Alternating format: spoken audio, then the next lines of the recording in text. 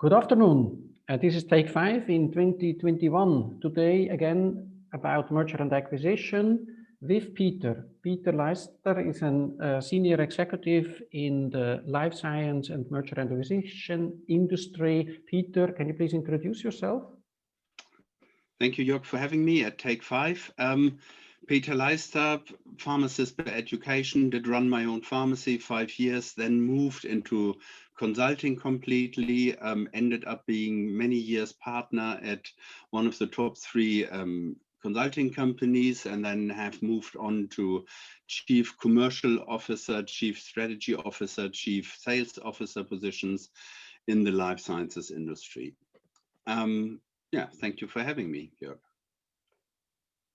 Thank you for your time. My first question, let's start immediately. Let's discuss megatrends. What do you see in your industry? In the life sciences industry is going through a groundbreaking change where we move from blockbuster to high density products to targeted treatment solutions and personalized medicine. This is enabled by many, I would almost say a proliferation of breakthroughs in medicine, in biology, in chemistry, in physics. And of course, everything goes hand in glove with modern technologies, with breakthroughs in IT, so to say. And these breakthroughs enabled that change, and the change got even vastly accelerated under the pandemic situation, where things that we would have discussed today still passionately, whether they are possible or not, out of a sudden they were kicked into gear, made happen, and now form a de facto standard, like rolling forecasts from the health authorities, like decentralized clinical trials.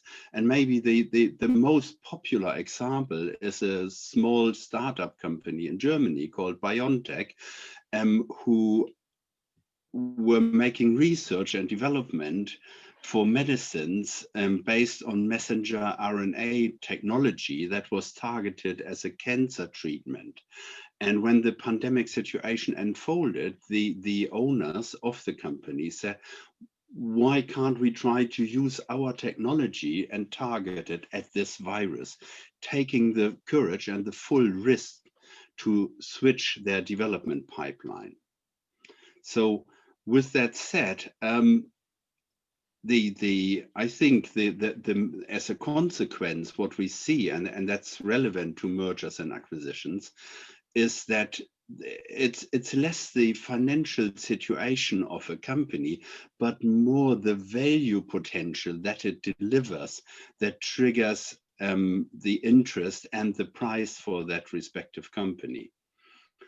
With that, and the large pharma companies doing less and less research and innovation, but letting that be done by startups, and which brings potential in the merger and acquisition market, of course.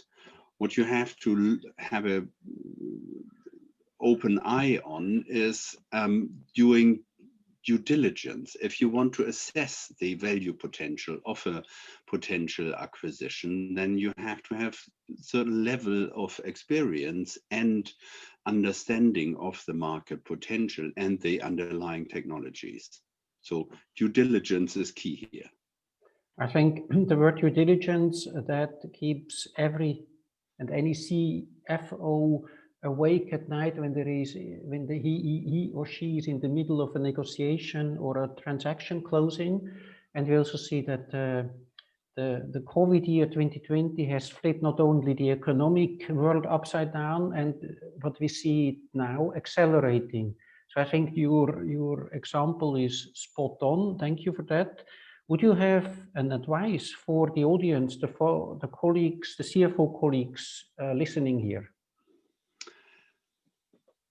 I think if we look back, we had an extraordinary year, really, where a lot of measures had to be taken for companies to survive this situation we're all currently in. And thanks to many highly skilled, very bright, very smart and highly committed CFOs and other C-level leaders in companies, those measures could be applied, and companies have gone through the current crisis. So I would shy away from giving advice here, but maybe some food for thought that could be good. And I'd like to take a step back and put the COVID pandemic situation into a larger picture. If you think at COVID-19 and then at SARS and Ebola, the Ebola pandemic that spread in Africa, and even certain political uncertainties that have unfolded throughout the last years, I would say, and even global warming situation. I think CFOs are well advised to also take that step back, and throughout the last years there was a big push for globalization, optimizing the supply chain and making everything more efficient.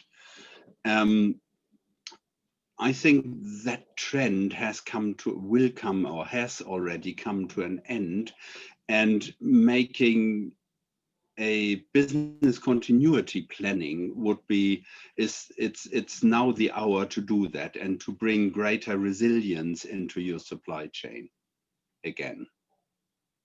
Food for thought. This is what the CFO likes, especially looking at the year ahead. Thank you very much for your time and these excellent remarks. Stay safe, Peter. Thank you. Thank you, Jörg, for having me and for running this interesting format to spread and share information.